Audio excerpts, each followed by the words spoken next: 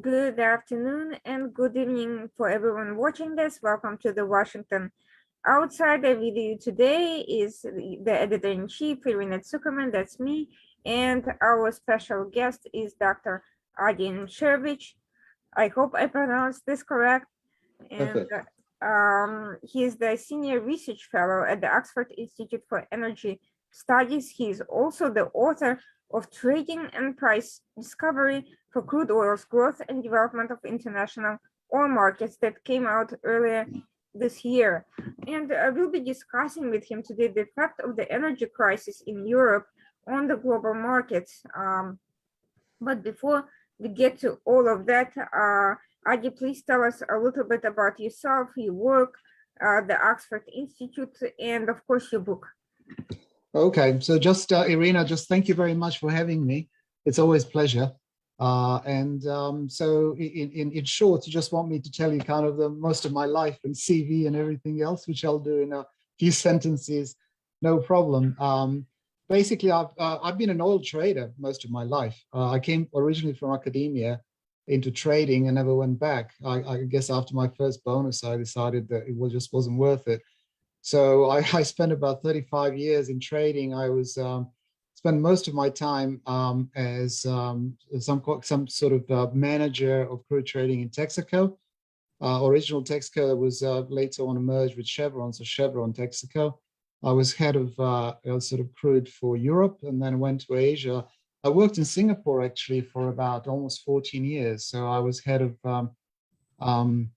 Texaco trading for Asia, and later on moved to some other jobs. Essentially, my last job last year was a global head of oil for Gazprom Marketing and Trading. And Gazprom Marketing and Trading is a wholly owned company by Gazprom Germania. Gazprom Germania is ultimately owned by Gazprom Mothership in Russia. But basically, we were a purely trading company based in London, and it was a British company. After that, I retired from trading last year during COVID, and decided to spend more time sort of in academia. I was working with Oxford Energy Institute for quite some time, writing several papers. I was teaching energy economics at Surrey University here in the UK. I also taught a resource and environmental economics as well, which is kind of fun and very topical right now with the energy transition.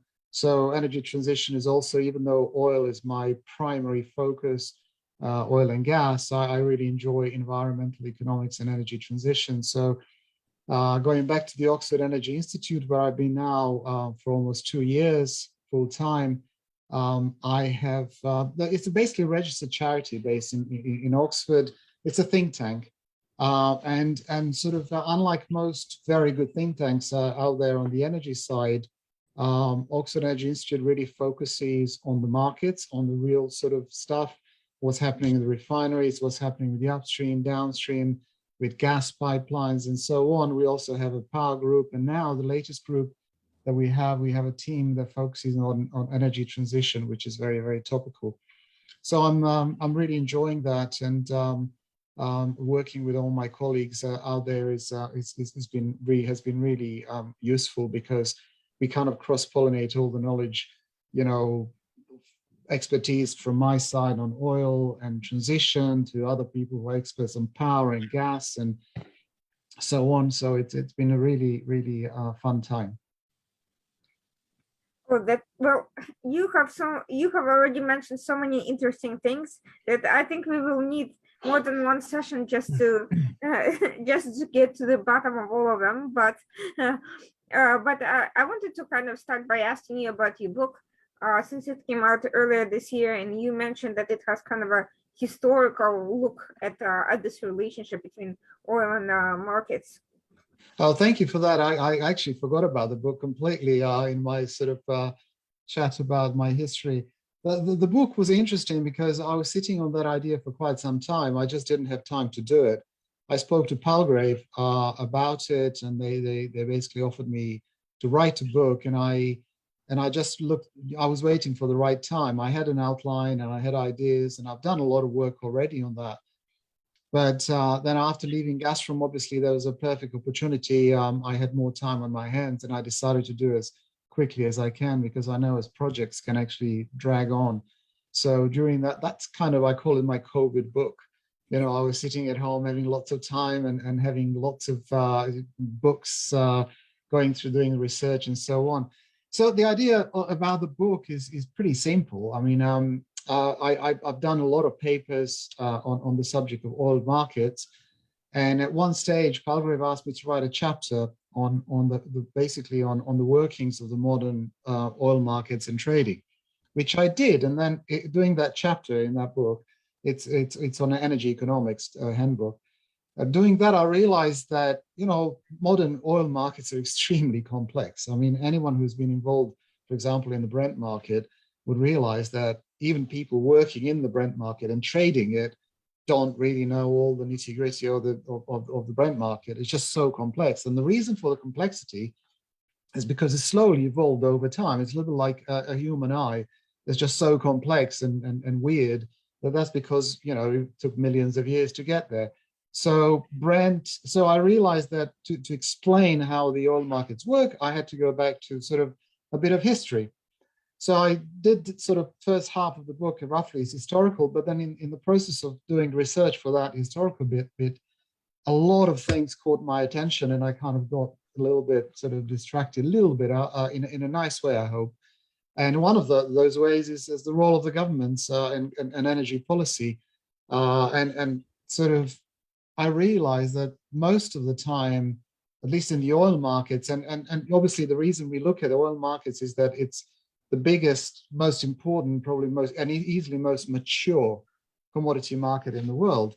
So surely by studying that, we can draw a lot of lessons for other markets that have been around or are developing. And particularly, I mean, there's several things that were of interest to me, but role of the states and policy was so important, because most of the time, oil market was not a free market. It had one monopoly after another. And most of the time, the state was either sort of not doing much about it and not regulating, or actually, in terms of monopoly of oil majors, was implicitly involved in getting that monopoly. So at the end, sort of we came to regret it for various reasons. But in the process, you know, that role of the state very often actually exacerbated oil crises, which later on, I have no doubt, we'll speak about the current crises, particularly in Europe, is partly being exacerbated also by the sort of government policies in Europe. So the book is essentially, that's the first part, it's historical, and it's a little bit about the workings of the oil market. And then in the last part, I talk about energy transition, about climate change and how that's going to impact oil markets, and what oil markets may or should look, all things equal, obviously, you know, in the forthcoming future. So hopefully that will give, that will sort of give people interested in oil markets a good background, because in my opinion, there's not a single book that covers that pretty much the whole period of the oil market and the whole global oil market and the workings of the oil market. So it's a very comprehensive book, and it's not very long, because as a trader, I would never write anything too long that I wouldn't read myself. So yes, it's available out there, and I'm sure you showed it, and it's been really well received. So I'm extremely happy for my first book, which sort of I didn't expect very much from, but it's been very well received. Well, it sounds like it's an essential reading for anyone seeking to understand what we're dealing with on a daily basis, but in particular for the Biden administration, which has made some very mystifying comments after releasing the US emergency oil reserves. They were then surprised by the prices not changing right away. Perhaps you could address that briefly before we go on to. Yes, I know somebody mentioned, one of my friend mentioned that they said, like, the sort of Biden administration, with all the good intentions of the Biden administration, I actually, you know, given the choice, if I was in the United States, I probably would have voted for Biden, you know, hands down. You know, they could do with an energy intern, I think, in there, somebody to tell them what's going on. You know, basically a lot of choice has been pulled, but then again, there's a lot of, in politics, it's very hard to see. I'm sure we'll get to that in Europe later on. The problem is that, politicians have several buttons to press, and they tend to press the button when there's a crisis. That's usually the easiest one, and it's just the nature of the beast. And, SPR, well, it's there, they can do it. Whether it makes any sense, any difference, you know what, Irina, I know I'm being cynical and saying that was a silly thing to do because it didn't do anything to prices. And everyone knew that it wouldn't do anything to prices apart from some short-term volatility. Mm-hmm. The reason why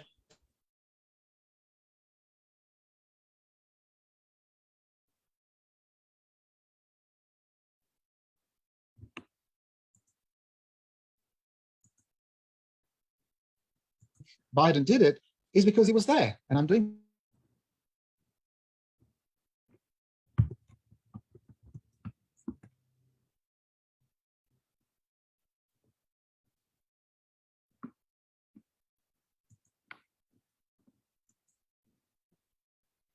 Oh, sorry, I lost you. I can't hear you. Sorry. I don't know what happened. I didn't touch anything, but maybe we just lost connection. Yeah, I think it might be the connection. You mentioned that basically the last thing I heard from you that Biden did it because it was there, but then I kind of lost it. Yeah, it was he did it because it was there. I'll just quickly recap. I think Biden especially did it because it's for domestic audience, and going into the next election is not that far away. What tends to happen in the United States, that people who are highly sensitive to gasoline prices in the United States just happen to be the swing voters. So, what happens. Exactly. And he's just got to be seen doing something. And that's an easy thing to do. He doesn't have to go to Congress. He doesn't have to do anything. It's executive order. He can do that.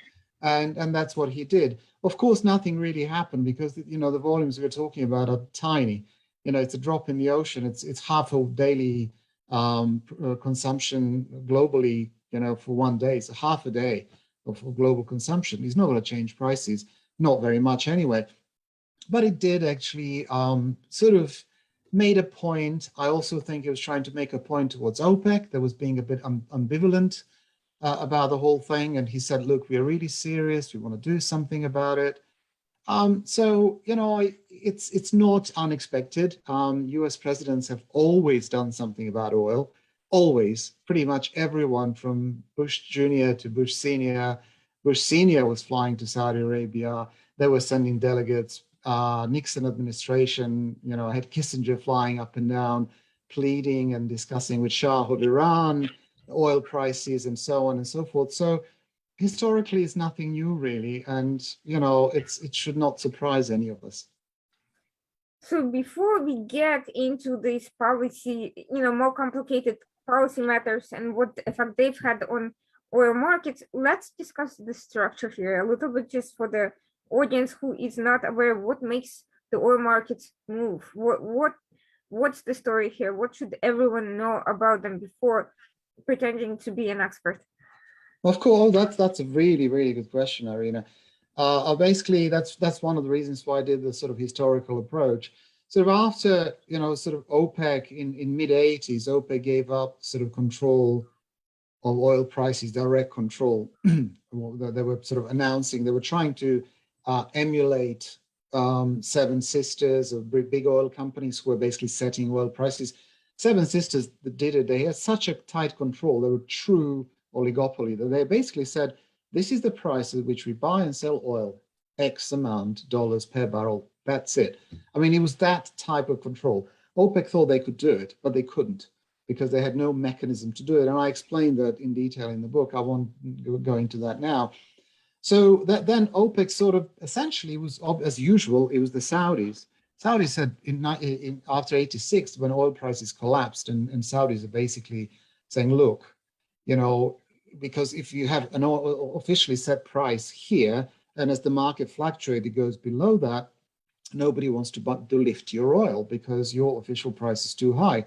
So essentially, Saudis went back to the so-called Aramco partners. Aramco partners were the companies that were sort of the main companies operating sort of from the 60s in Saudi Arabia. So there were Chevron, Exxon, Texaco, and Mobil. Okay, now they're essentially those four are now two companies, ExxonMobil and Chevron Texaco, which is Chevron now. Okay, they went to Aramco Partners, very powerful companies, all American, and said, look, well, we want you to lift our oil. At what price? And it was Aramco Partners that actually said, look, okay, we'll do it at market prices. So how do we know what market prices are? Well, at the time already, there was some sort of forward market for Brent in Europe, in Asia, well, east of Suez, actually, there was Dubai. And interestingly enough, in the United States, there was ANS was the key market. ANS is Alaska North Slope. It was Alaskan oil.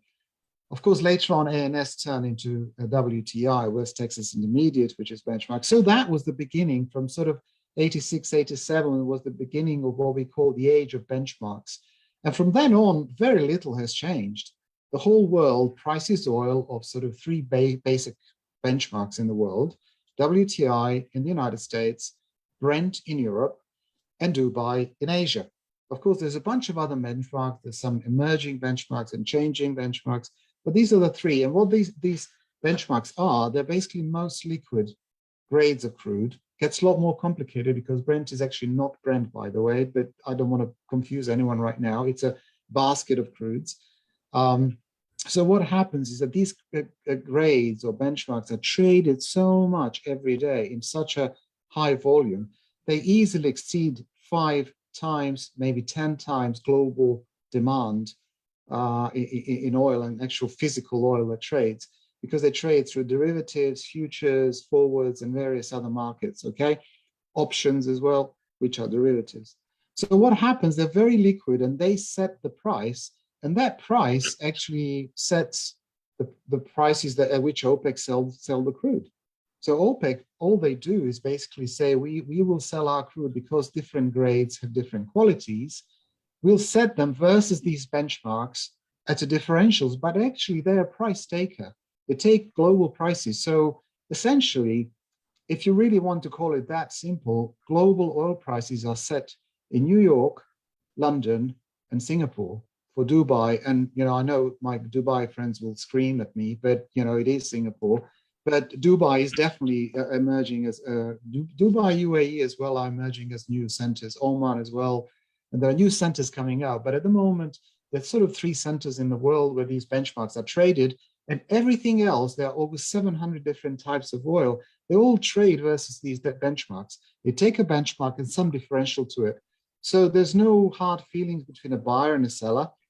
Arena, if I sell you 1 million barrels of crude oil, I say, okay, it's loading in December. So we'll take average of December, Dubai price, whatever is Dubai trades at over that month. And I will sell to you at that price and you'll buy from me at that price in the contract. So I'm not deciding the price, you're not deciding the price, and OPEC is not deciding the price either. So kind of everyone's happy. It's done at the market price in the marketplace. Does that make sense? Yes. So what causes crisis such as what we saw last year, and which some people are still debating and arguing about to this day? No, we're talking about oil, right? Yes. Okay, yeah, because gas started this year, so it wasn't last year. Oil, let's focus on oil. Look, OPEC produce less than 30 million barrels a day, okay, roughly. Global demand in 2019 was about 100, easy number to remember. So 100, and they do about a 30. So they do less than a third of world production.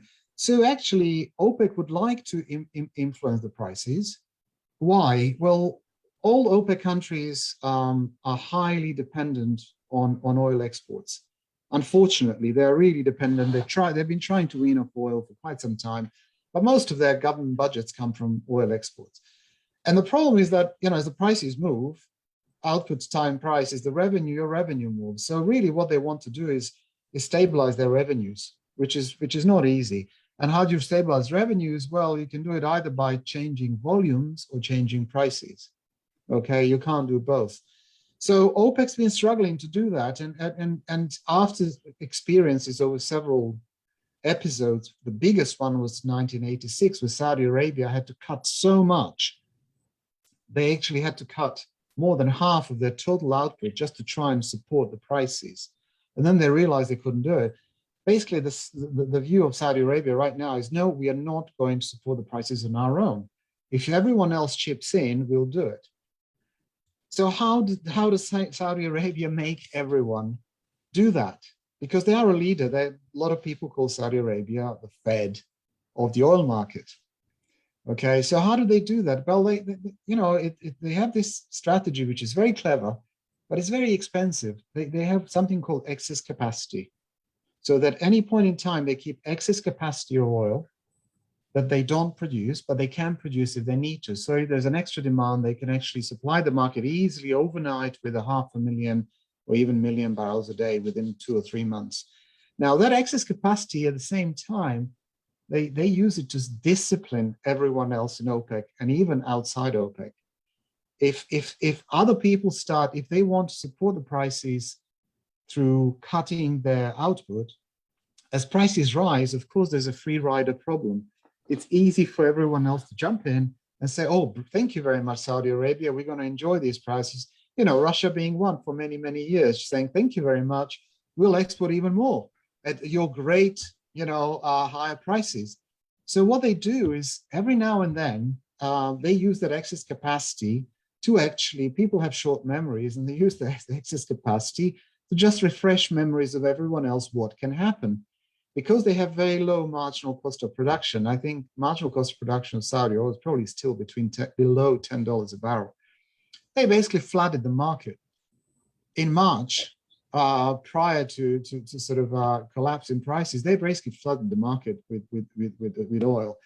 And the prices went down so hard, there was nobody to buy that oil anymore. There was just so much out there. Prices were collapsing. And WTI, the United States benchmark, went negative to minus 37 and a bit. Let's call it minus $40 a barrel, minus. That was only on one day and at the expiry of that contract. But on that expiry, anyone basically had to pay $40 a barrel for somebody to take oil off their hands. It was that bad. And I wrote, in one chapter of the book is dedicated to that, where I sort of go into that negative price and explain it. So for anyone interested in sort of commodities, that will be quite interesting. It's a bit of a long story. If you're interested, I can give you just a brief background. But these things, that's what happened. And essentially, going back to your question, what happened very, very quickly, everyone realized that they shouldn't be messing around with this anymore. They've got to take it seriously. And to this day, Saudi Arabia is holding OPEC Plus together single-handedly because of that. The memories of that event from last year are so fresh in everyone's memory that nobody really wants to go out and start doing some silly cheating or anything like that. So the discipline is held very, very well, plus other things. I mean, I can go into a lot of detail. Saudis have been always the ones who still swing 1 million barrels up or down throughout last year and a bit to adjust prices when needed and so on.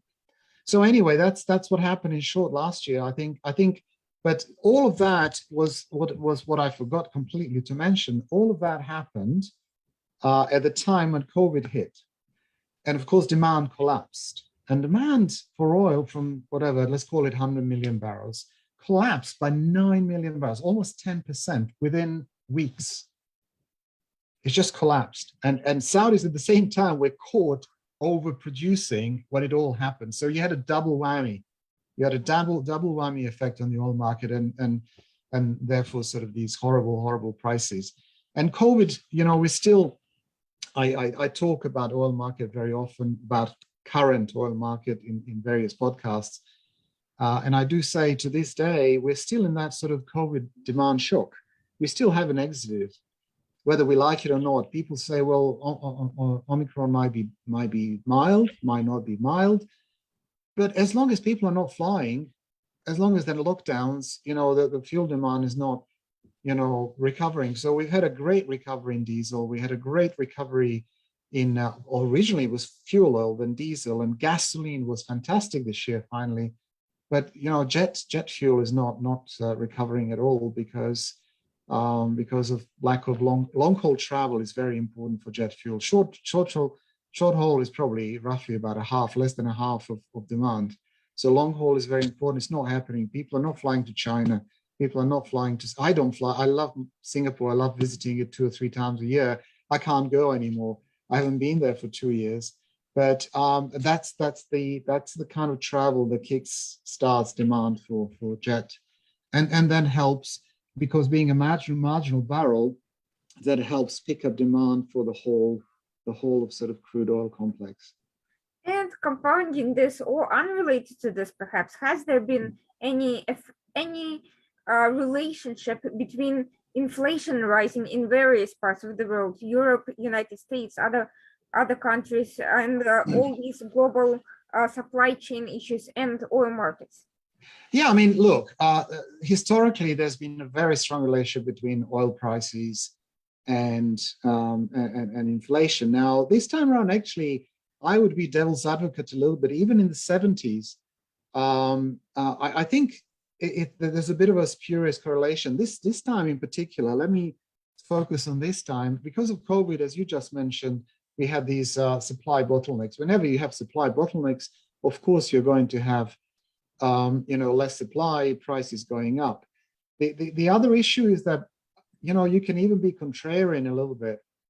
Oil has not followed a lot of other commodities this year. I mean, yes, there's been a good, very solid recovery, but nothing like gas, nothing like copper, nothing like iron ore, and so on. But oil also, in a lot of funds use oil in their portfolios as a hedge against inflation. So you could easily argue that actually oil prices have been going up because of inflation rather than causing the inflation. So this time around, I think it's probably more likely to be the case that the bottlenecks and COVID issues pull in indirectly all the huge stimulus that we've seen pretty much around the globe, printing, let's call it helicopter money, throwing it at people that were not working. They're sitting at home, giving them money to stay at home, and people are staying at home, going on Amazon and buying the latest bicycle and, the latest toy they could do it. I think that has probably had more effect. So I am not inclined to believe that oil has been the cause of inflation. I think other commodities might well have, but I think oil itself might have been more of a sort of victim of the inflation rather than a cause. So I have a couple of more questions related to OPEC, which will help us actually segue into the European situation. One of them is about the effect of Qatar leaving OPEC and pursuing its own independent oil and gas policy. Has that had any repercussions, first for OPEC itself and of course for the markets in general? And the second question I'll ask afterwards is related to the environmental and renewable energy. Okay, well, Qatar I can be relatively short. I don't think it's had a major influence. I mean, Qatar is not a big oil player. Qatar is a huge gas player, not a big oil player. I think, it's very interesting, because there's been a lot of speculations about OPEC, Qatar, Oman, and so on and so forth. I think OPEC is very, very likely to keep a very strong cohesion for a simple reason. And that next question, whatever it is about environment and carbon budget, is that basically I explained that in my book. I'm quite, some people are saying that these sort of zero emission demand for oil, falling drastically are unrealistic. I don't know, but I just know, I'm just kind of being very pragmatic about it. And that's what I do in my book. I'm just saying, look, we have to reach net zero by 2050, otherwise we're in a big trouble. So you can call it whatever you want. We ought to reduce demand for oil substantially. So who is going to be there once we reduce it? If we reduce it by 30, 40%, let's say by 2030 or 2040, the guys who are going to be still in the market are the guys who have lowest marginal costs, and they are primarily the Gulf countries. So I think, if anything, OPEC cohesion is probably likely to remain stronger as a result, because, these marginal producers, like, let's say, US shale and Canada, the guys who have marginal cost of production of $50 over, they may very quickly get out. Plus, they have other pressures that sort of Gulf countries don't have. such as ESG pressures, pressures on investment, not getting enough funds from banks, from funds, and so on.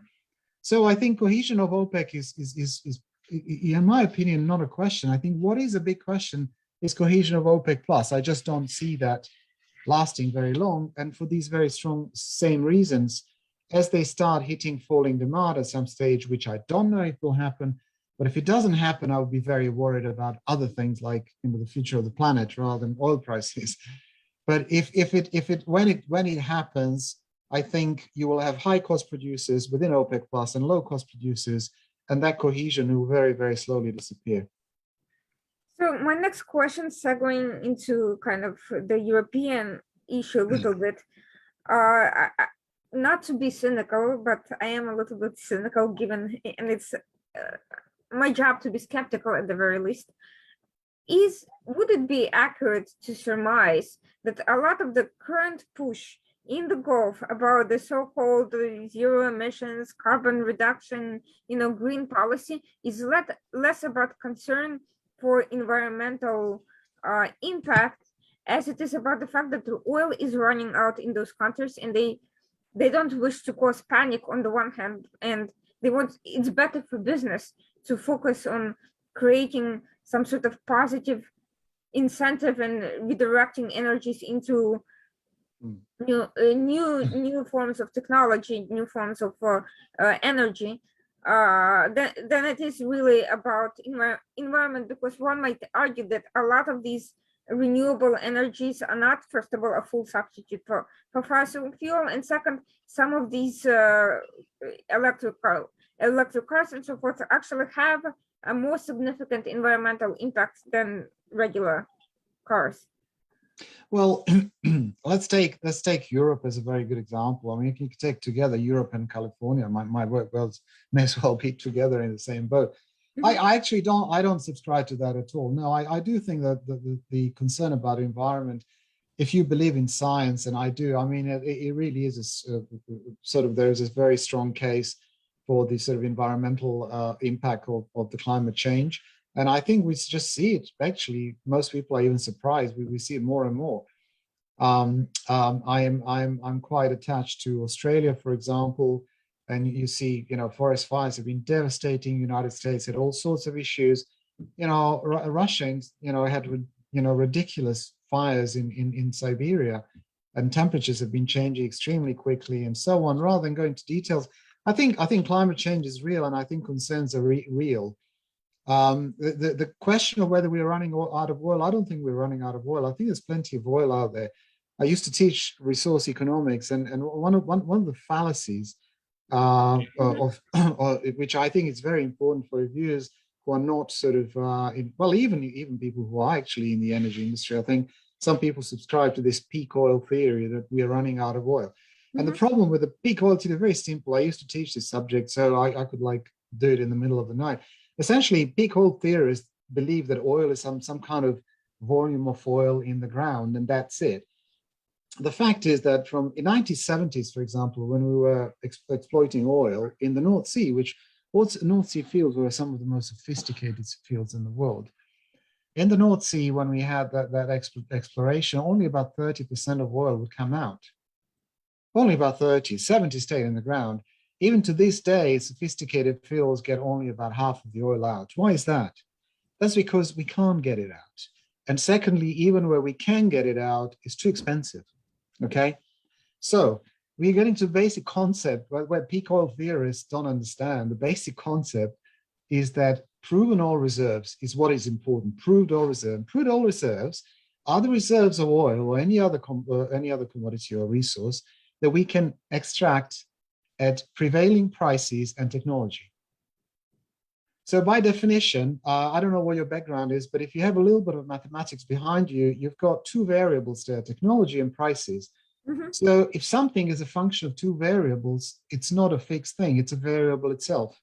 So as we speak, oil reserves, proven oil reserves actually are going up and down. So as technology improves, we actually have more reserves. And as prices go up, we have more reserves as well, automatically. So actually, if you go to the BP Statistical Review of Energy, which is an excellent source every year, you will see over time there's this little like a pie chart, and you'll see over time in the last 2 decades that pie has been getting bigger and bigger. Those are global reserves. Actually, reserves have been going up, not down. So there's plenty of oil out there. Of course, at a price. Different sources of oil have different price. So oil, coming out of the Gulf probably comes out at less than $10 a barrel. Out of Russia probably comes at less than $20 a barrel, and out of the United States, $50 a barrel. So there are different, prices and different costs, which regulate which ones should be really coming in and setting the price.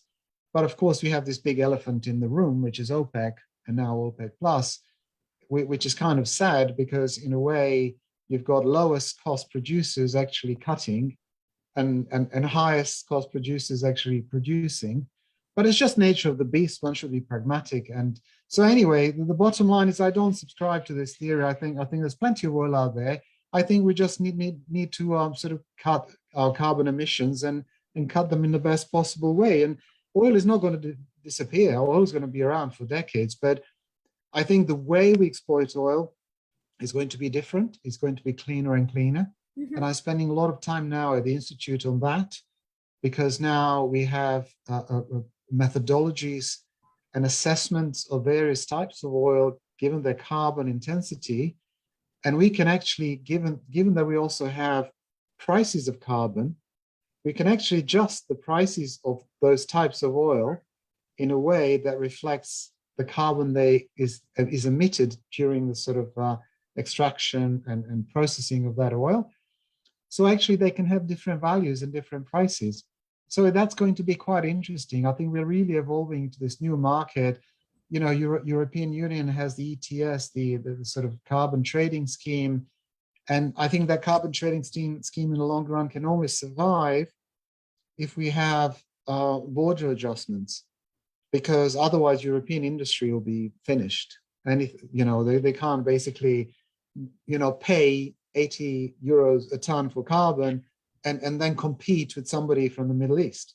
And I see you've got the next question following that. Yes, exactly. I've been, as I was listening to you, my antenna, my invisible antenna went up, because I could, if I had a penny for every conversation I've had with analysts, including from intelligence agencies, from journalists, from the media who specialize in covering the Middle East, and first of all, claiming that those countries are running out of oil and will be bankrupt in 5 to 10 years. Saudi Arabia primarily. Second, seeing basically not knowing the difference between clean oil extraction process and getting rid of oil altogether. And basically the analysis from these so-called environmental advocates is basically you have to get rid of fossil fuels in order to cut carbon emissions, which is apparently not the case. So listening to all this, I'm now wondering whether some of the European policies related to all of this process are related to a simple basic lack of understanding what that actually means. And I want to test your opinion about that. What informs these policies to begin with? How do they formulate these policies, and how did it come to the fact that Europe has become so dependent on a few sources of energy and failed to make appropriate adjustments? Yeah, well, I come to Europe in a second. If you just let me take a little step back. Yes, I mean, there's been a lot of ignorance. I mean, in my book, I use a lot of data, fantastic data from various CIA reports that were made public. So you can delve into them. It's quite easy, and some of them are absolutely, totally wrong, as you can imagine. The second thing I want to say on sort of clean oil, I mean, it's not going to be such thing as clean oil, but we can get cleaner and cleaner oil.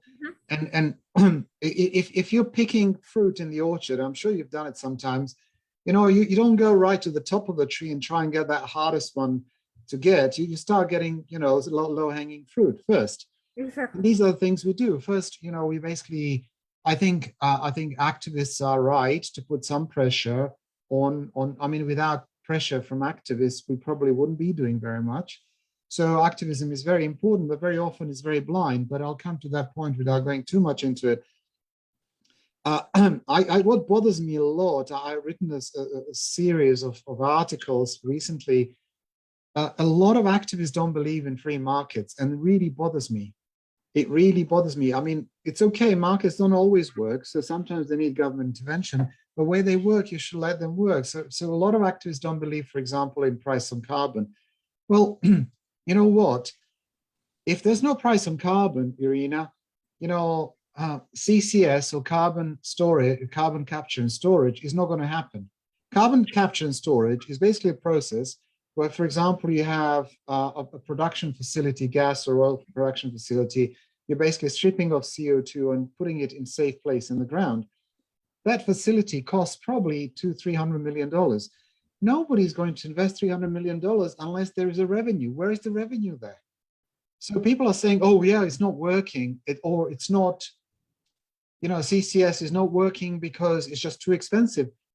Well, if you don't have a price of carbon, it is expensive. But if you had a price of carbon of probably about 150, and which is not far from where it is now in Europe, dollars per ton, euro per ton, CCS could probably work reasonably well. So there's a lot of these technologies, but we need incentives. A lot of people say, I'm an economist, I'm not sure about you, but economics is well, let me call it science this time around, but a science of incentives.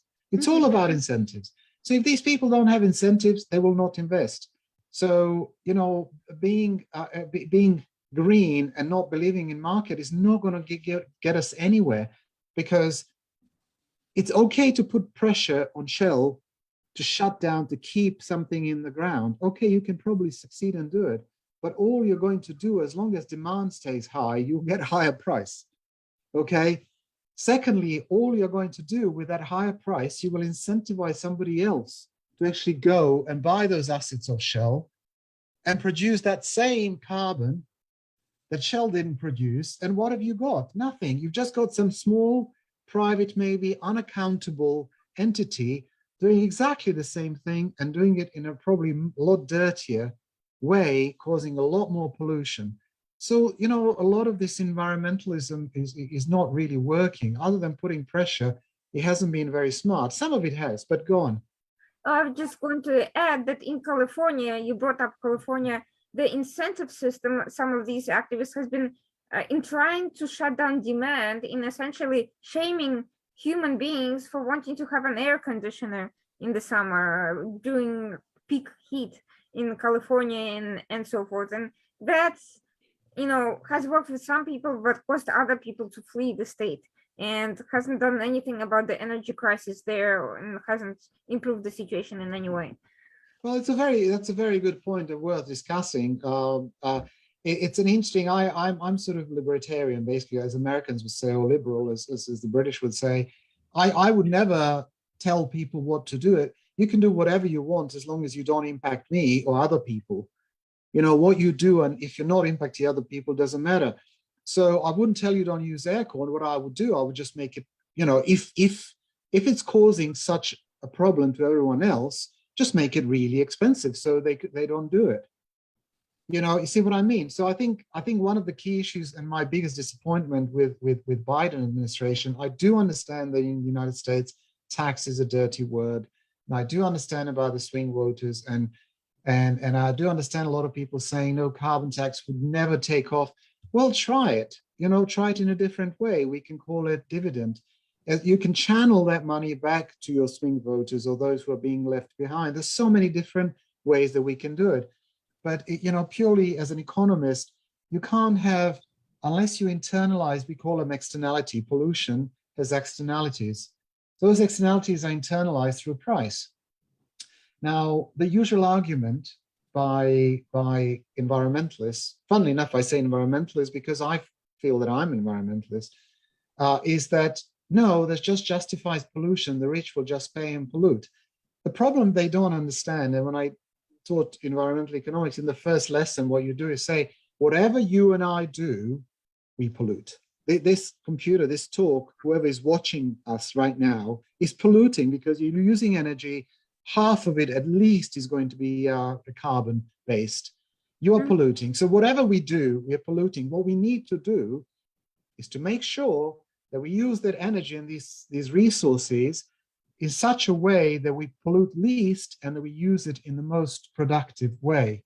So if we have choices between two things, we'll go with the things that have less pollution and they're more productive, so we can come up with the new things that can actually reduce pollution rather than just reducing completely our consumption and pollution. So to sum it up, I think these problems, we've known these problems for years, and they are fixable. They are fixable. Carbon tax is absolute must at a global level for us to begin. It's not a solution. It's not ultimate solution. It's not a silver bullet. It's just a must before we even begin to address the problem of greenhouse gases. And I don't understand why people don't believe that in that, because I don't know if you remember sort of in the 80s, we had a problem of acid rain, Mhm. sulfur emissions. But actually in the United States, it actually started up a market trading sulfur NOx emissions and so on. And the market worked in such a good way that actually now we don't even talk about acid rain anymore. So there's no reason that we can't solve climate change using what we have, the tools that we have, and markets are extremely powerful tools, because we want to incentivize people who have great ideas, and they're all over the world. There are people with great ideas that they can come up with geothermal energy, with the alternative way of generating solar energy, and so on. Why not use that and reward them with carbon credits? Why shouldn't we give it to them? Because they are helping us solve the problem. So not believing in the market, in my opinion, is just catastrophic and has been catastrophic. Whenever you politicize something, and we can move on to Europe before we run out of time, to me, Germany is just a horrendous example of energy vendor or sort of energy transition going completely crazy. Um, Yesterday in Germany, we had electricity prices just going to record highs of 300 and something euros per megawatt hour. Okay. Normally they traded, just for example, for reviewers, this time last year, they were 40. Just imagine. So over 300, a norm is about 40. Okay. Why? And at the same time, they're shutting down 3 nuclear plants by the end of this year. Why is there? I mean, It's if the goal is clean energy, energy efficiency, all positive things to aspire for, surely, why would they shut down, nuclear plants? One of the issues with nuclear energy in the past was poor maintenance, a human construct, not anything to do with energy itself. Poor maintenance by corrupt bureaucrats in Japan, Soviet Union, and so forth. That's a solvable problem, and from what I understand, over time, there's been cleaner and cleaner methods of energy. Irina, I don't know how many times this is over dinner party. I have friends and some very highly educated, very smart people who have the same, no, nuclear is not clean, it's a problem. People die. I said, who's dying from nuclear? Who's dying? I mean, just just take 2 countries, all the American and Russian sailors. They spent decades serving on nuclear submarines and nuclear carriers, sleeping their head next to the reactor. And they're fine. Nobody died. Everything is fine.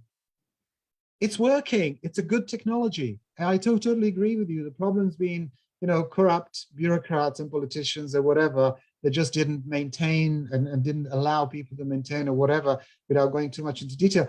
It's a great technology. These are great plants that could have another 10, 20 years of life. And you know what? I've got news for you. Angela Merkel decided to shut all the nukes in Germany, decided to shut them after 2011 Fukushima event. That, you know what? There's no tsunami in Germany. There's no tsunami in Germany. What are they afraid of? It's just crazy. It was a freak event. It sounds like this policy amazed not on the basis of science, not on the basis of research, not on no, the basis of fear. It's economics, just but fear, on emotional irrational fear. fear. So how is that possible that Europe, that prides itself to be on top of being pro-science and so forth, is making decisions that are not informed, not scientific? They have not diversified sources of energy efficiently while lecturing about this, and ended up being dependent on a few sources of energy, placing their fate in the hands of countries that are not necessarily great for the environment at all. Absolutely, absolutely. And I remember 10 years ago when I was teaching environmental economics, I would tell students, well, do you know, if you're worried about nuclear, do you know how many people die every year digging coal? It's ridiculous, especially if you take, China into account and these sort of less developed countries. I mean, obviously that's random. It changes over time. You're talking about dozens and dozens of people who die every year digging coal, not to mention the disease and so on. Secondly, if you ever go around the nuclear plant and try and measure radiation, no, go to after that to coal plant, coal power plant, burning coal. I guarantee you that radiation will be far higher, okay? Because coal that comes out of the ground is highly radioactive as well. And then when you burn it, not only do you have radioactive coal, you've got particles in the air that people breathe, like miners get black lungs and die. People as well, look at India. Situation in India is catastrophic in places like New Delhi. You can't breathe. Hundreds of thousands of people are dying because of dirty air in China and India because of coal only. This is like London in the 50s. So you not only have particulate matter and sulfur, but you also have metals in coal, and that those metals usually don't end up, fortunately, in the air. But then you get stuff like cyanide. It's just such a dirty and poisonous stuff that we're doing. So right now, what's happening in Germany, because they've been shutting nukes, now they're burning lignite instead. And that's the dirtiest coal that you can get. So it's just shocking. You're going to tell me that the wind energy hasn't worked out for them? No, I mean, that's the problem. Look, I'm all for the renewables, but it's wind complements very often solar. It can get better and will get better. But right now, for example, the problem we had this year, I think hopefully it's a freak event, freak year, but it's been part of this sequence of unfortunate events this year that created energy crisis in Europe. One of the main reasons has been that, I've lost my thread right now, actually, I was going to say, but one of the problems that we've had in Europe is that wind, when you create a wind farm, and let's say you call it 100 megawatt capacity, you only get about, if you're lucky, about 25% of that supplying energy because of the nature of the wind being, blowing sometimes and then not blowing some other times. This year, unfortunately, in the UK, Germany, and Denmark, they're three most important wind sort of generating markets in Europe. We've only had about 14% capacity being utilized because we haven't had wind. So that's been one of the reasons why we have very high both gas and electricity prices in Europe right now. So you can't rely, and of course in Northern Europe, I mean, UK and Germany, you don't exactly have that much sun. So these other opportunities for renewables are reasonably limited. Essentially, instead of researching into other types of renewables that are more appropriate for those types of environments, they've banked entirely on a few well-advertised solutions pushed by very active and well-funded activists. Absolutely, lobbyists, yeah, and activists. And my problem with that, and that's one of the key themes of my book, Irina, is that these monopolies and pricing power, and it's all about market and pricing power and monopolies. The problem is when politicians get involved in things that work well, i.e. energy markets generally work very well. Politicians get involved with other things like climate change, where markets don't work very well, and public goods and so on. But where they work well, they tend to pick winners. And then they create new monopolies. So what's going to happen, I think, and I guarantee you that 9 out of 10 of what I call environmentalists watching your show don't realize that in 10 years' time, if you keep it up this way, politicians keep picking winners, we are going to have green monopolies. We're going to have, monopolies again. There'll only be wind power monopolies, there'll only be solar monopolies and so on. Why don't we have free markets and competition? Not only, I would say that it's actually worse than just picking winners. In the United States right now, we're sub-picking winners. We're picking winners from the winners on the basis of the most politically convenient and desirable groups. Let's say we have an electric car market, instead of going with the one that is in most demand and has the best efficiency and so forth, they're going with the union produced electric cars for reasons that are entirely political and have nothing to do with the market. And I can only imagine what effect that's going to have with trying to incentivize those types of controlled and then you will have higher prices of your product, and when you have higher prices, you'll say, oh, we can't compete right now, or let's close the borders and let's slap import tariffs on whatever Chinese goods or whatever. And that creates all the tension when you actually make these political choices. Look, I have no problems with unions, and I don't have problem, but I take that back. To the extreme, I do. I understand why they exist. They exist because you do have monopoly of capital. If you look at, in modern capitalist system, there are, like, in any sort of segment of industry or services, there are like 3 or 4 dominant firms. Okay, so when you have monopoly of capital, you do need some monopoly of labor to counteract it if you want to help labor. But that's not the way to do it. The way to do it is not to have the unions, but actually just break up these monopolies and break up the way they operate, and sort of stay as monopolies, because monopolies generally long term are not very inventive. So my whole book is pretty much about the history of these monopolies. They just come in, they're very cozy with the governments. They just sit in and they basically live on rents. They don't add value. They essentially live on rents. So the ultimate being sort of Seven Sisters and oil companies that were basically telling the whole world, this is the price at which we buy and sell oil, and that's it. If you want it, fine. If you don't, forget it. You won't have it. So sort of looking after these monopolies and having the right policies is the only way to actually have us to go through this difficult, and it is a very difficult energy transition that we're going through.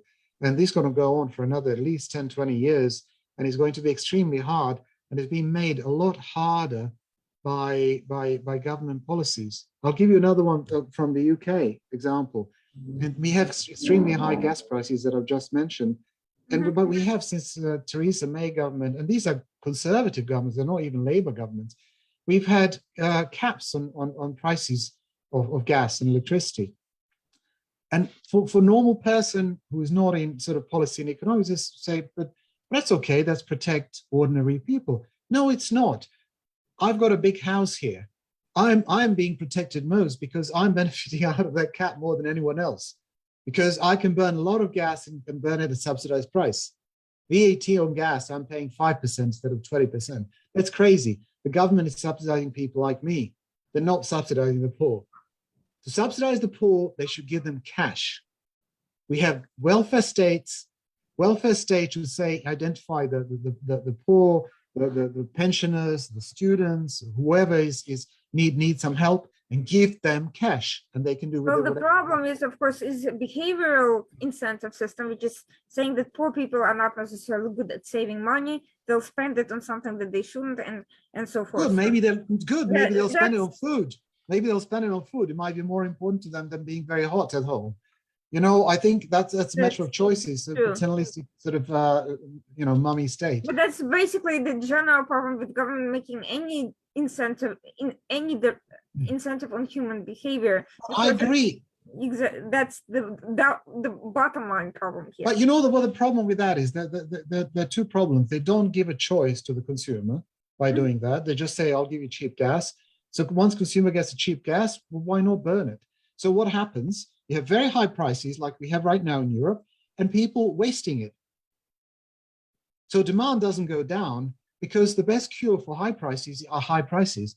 But as soon as you have these government intervention like this, these caps and stuff, again, I am all for helping poor people and needy, but there are better ways of doing it. You're actually doing something else. you are actually continuing creating that problem. The problem stays, it doesn't go away, because people are getting lower prices, they're spending, and prices actually on a wholesale market are extremely high. And then the government says, oh, Russia doesn't want to give us gas, or when they give us gas, it's very expensive, or something like that. These are just nebulous ideas, exacerbated by the policies of the consuming countries.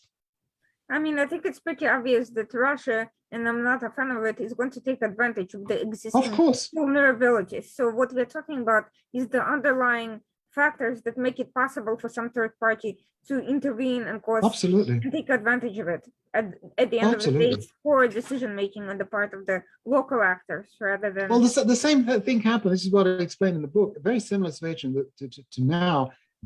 Well, to an extent, is like in the 70s, United States, Nixon government, they had price freezes. When you have a price freeze, most of your viewers will know that, all these products like gasoline, for example, and heating oil, that's highly seasonal. And the way, refineries and producers can't make switches and produce them just at will. The only way you get enough of them when they're at the peak is by storing them. So to store them, you need a price curve, where current price is lower than when it peaks, right? So then you start storing it and you sell it when it peaks. When you freeze all the prices, people don't have incentives to store. So people are not storing it. Because the prices were frozen, they were not even importing as much as they could have. So we had queues. Americans and in Europe, we had queues and shortages. And it causes supply chain crisis because the companies have no incentive to produce if they're not making a profit. So absolutely. So unfortunately, it looks like we may be potentially heading in that direction again, judging from the statements from some of our senators as well as spokespeople for the administration. I hope that essentially they will be prevented from attempting to intervene in that manner. Statements are not ultimately policy, but it sounds like there are at least some people who favor that sort of approach, despite the fact that it has never worked anyway. It's been implemented. Ban oil exports. It's the craziest policy ever. It's really crazy. And now, getting back a little bit to the question of Europe and markets, we are seeing that poor decision making has led to catastrophic results. There's energy dependency. There's an energy kind of disaster that's getting worse, and the more expensive it gets, the more expensive the solution ends up being, and and we keep seeing this endless cycle. What is it doing to the markets, and what relationship are you observing as a result, and what do you think is the ultimate solution, given that everyone seems to be stuck in this kind of cycle? We're getting there with the solutions. Look, at the moment, what we need to do is we have extremely high volatility in the markets. I think today, without going too much in detail, today gas market fortunately fell down by almost 20%. We'll see, what happens. But what we need to do, first of all, we have to focus on government policy. This short-term government policy, I don't think will do anything. None of this talk is all talk until this goes away. This whole situation will hopefully go away in Europe in the next 3-6 months, and before politicians even decide anything. So it's best to leave the market sorted out. Okay, I don't have very high hopes that people will sort of remove these fixed prices and caps and things. It's very unlikely. That would be a really good policy, but I doubt they'll do it. But the situations will resolve itself simply because if it doesn't reduce demand, high prices will incentivize new supply. So we have a whole armada, as we speak, of LNG cargoes coming from the United States to Europe instead of Asia. And in fact, we have LNG ships turning from Asia as we speak back through Suez Canal coming towards Europe, because the benchmark, similar to oil, gas has 3 major benchmarks. It's a Henry Hub in the United States. It's TTF in Holland. It used to be MVP in the UK, but it's at the moment TTF in Holland and will continue to be so, and JKM in Asia. So JKM has actually been about 10, normally it's higher than TTF within Europe. Now it's actually about more than $10, $11 lower. So now suddenly it makes a lot of sense to steam, if it takes you $2, $3 to steam the boat back, hey, you're still making $7 a barrel. Sorry, $7 per MMBTU for gas. So, at the moment, that situation will resolve itself. But I'm sort of more thinking here, longer term, this energy transition is going to be a disaster unless we actually start thinking a little bit more clearly, having a plan how we're actually going to approach the energy transition. I think the politicians have to go to their people and come out clean and tell their people that there is a cost associated with an energy transition. There's no free lunch. There will be a cost. And people have to realize that. And how that cost is distributed, well, obviously, in my opinion, the wealthier should pay most because they can afford to do so. So while the sort of poorer should be protected. But there is a cost and then some plan behind it. You can't just go out there shutting nukes and then next shutting coal and going renewables in Germany unless you build the capacity so big that it's ridiculous. And now we're getting in a position that even if you are totally environmental, now the big problem is with the wind turbines is actually disposing of blades because old wind turbines are actually going into decommissioning. So they're going into scrap, but you can't recycle them. So you've got these 70-meter, whatever, 50-meter long blades of turbines that you don't know what to do with, and there are lots of them. So these are all things that need a lot of thinking. So what you're trying to tell me is that this configuration of energy providers that didn't work have all been basically discarded simultaneously with no alternative in place. Well, I mean, that's obviously the crisis right there. Well, we are having a crisis, and I don't want to claim that this crisis has been caused by the grand energy transition, but certainly hasn't been helped by the energy planning of the transition. I wouldn't say transition, but by lack of having viable alternative in place before you take. Correct. And also there are two things. The first thing, as I would say as an economist, that it's been very unbalanced. The politicians, in a typical way, short-termism and easy buttons to press, what they've done is said, okay, everyone hates the Shells and BPs, keep it in the ground. Okay, fine, let them put pressure on them. So suddenly what happens is there's less investment. These days in Europe, nobody wants to invest in. European gas production has fallen by like 30% recently.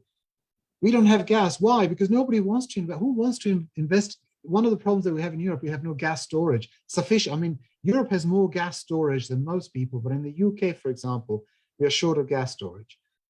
Would anyone want to invest into gas storage when the government is saying we're going to phase fossil fuels out in 10 years' time? Why would you invest? So what is happening is all the pressure is going on the supply side, as I mentioned earlier, making less supply, but demand is unchecked. In Europe, okay, Europe is an exception. We have carbon tax and a very solid one. But in the rest of the world, we don't have a carbon tax. As soon as the COVID sort of started receding in the United States, everyone got into their SUV, started driving around. We have to work on the demand side of things as well if we want to achieve energy transition. So we have to tell people, look, you have to start rationing a little bit, not just have a smaller car or something like that. I don't believe in telling people what kind of car they need to have, and Biden just announced new measures in terms of mileage per gallon. I don't particularly like those. Just in my opinion, just put a price on carbon, and then you drive whatever you want. People naturally adopt, like they did in Europe. We have most of our gasoline prices taxed. Well, here's the problem. A lot of these incentives come from a lot of the way carbon emission reduction research and energy efficiency and so forth has been directed was at a higher cost to the consumers than necessarily, because there is some of the lobbies behind these particular researches. They believe, for whatever ideological reason, that it is immoral to enjoy something. But let's suppose you could have a big car that is energy efficient and is good for the environment or not damaging. Why not? Absolutely. So instead of researching how to make that happen, the research is directed, just make it more difficult to have a big car. So that you understand what No, I I'm do saying? understand. Yeah, It's basically you have Mhm. what in economics we talk about command and control instruments and Mhm. market-based instruments. And of course, market-based instruments are always more efficient. What do we mean more efficient? They're cheaper and they actually work better. Why? When you tell a manufacturer that they have to do minimum 50 mile per gallon car, Mhm. they have to stick to it. That's a law. They'll stick to it. But you know what? It might cost them an extra $200 to actually go even lower, but they won't do it. Mhm. Whereas if you have a market, people will actually compete and try and go further than 50 miles a Exactly. gallon. They'll try and do 60 and 70 and so on. There'll be more competition. That's what we in economics The call whole more point of efficient market. innovation is to create better products without sacrificing the Absolutely. quality and the quality of life for the people enjoying it. So instead, what we're seeing is the opposite. Where as we progress in our technology, instead of using it to create better life, we're just doing it at high cost, and instead of producing energy efficient, high quality computers, cars, whatever, air conditioners, we're putting controls on air conditioners that people can't get as much as they need out of it. That's not rational. So even if I want to pay more to get a better heater, for instance, I can't, because it's there in California. You can't. There's certain types of heaters that are banned there, for instance, completely. You can't buy it no matter how much you are willing to pay. So this is this creates a disincentive to innovation, actually. Yeah, most likely. I agree. I agree. So Innovation is going to be at the end key to our energy transition and us overcoming all these problems. So it could almost be a pretty good sort of conclusion of this whole discussion. I think more market forces and encouraging innovation, encouraging investment into all these new areas. And I have no doubt the young people everywhere are so bright and so willing to actually to innovate and actually take the opportunity of it and make the world a better place. absolutely. I think there is no shortage of great ideas out there. There are great markets, there are great conferences. My biggest concern is that this, what you mentioned earlier, the governments choosing winners and losers based on, not only based on environmental factors or even lobbies, but their own kind of, their corrupt mechanisms at play. And as a result, sometimes not the best products will win it, and sometimes many ideas will be shut down before they get anywhere. And even for funders, there's not necessarily an incentive to invest privately if they are not getting anything out of it. If they're being punished by the governments for investing in something that goes that does not go along with prevalent policies, that's, I think, it's not the human innovation that's the problem, that there's not enough of it. It's the government mechanisms intervening with the process. We have to help innovation, definitely. That's the way forward for solving all our problems, and putting incentives in place, I think, is absolutely the key. So I agree with you there. But in the meantime, I think the market will continue to be, the oil market will continue to not go away anywhere, contrary to the predictions of some. And it'll be very interesting to see whether any lessons will be learned from these historical facts. I personally look very much forward to reading your book, and thank you for these fascinating insights here today. Hopefully they'll clarify some misconceptions for some and inform others who are not aware of these developments. And I really appreciate your time. It was great. I hope so. Thank you very much. It was great to be on your show, Irina. Thank you very much. All the Thank you. best and happy holidays. Thank you. You too. Happy holidays. Happy New Bye. Year. Bye. Bye bye.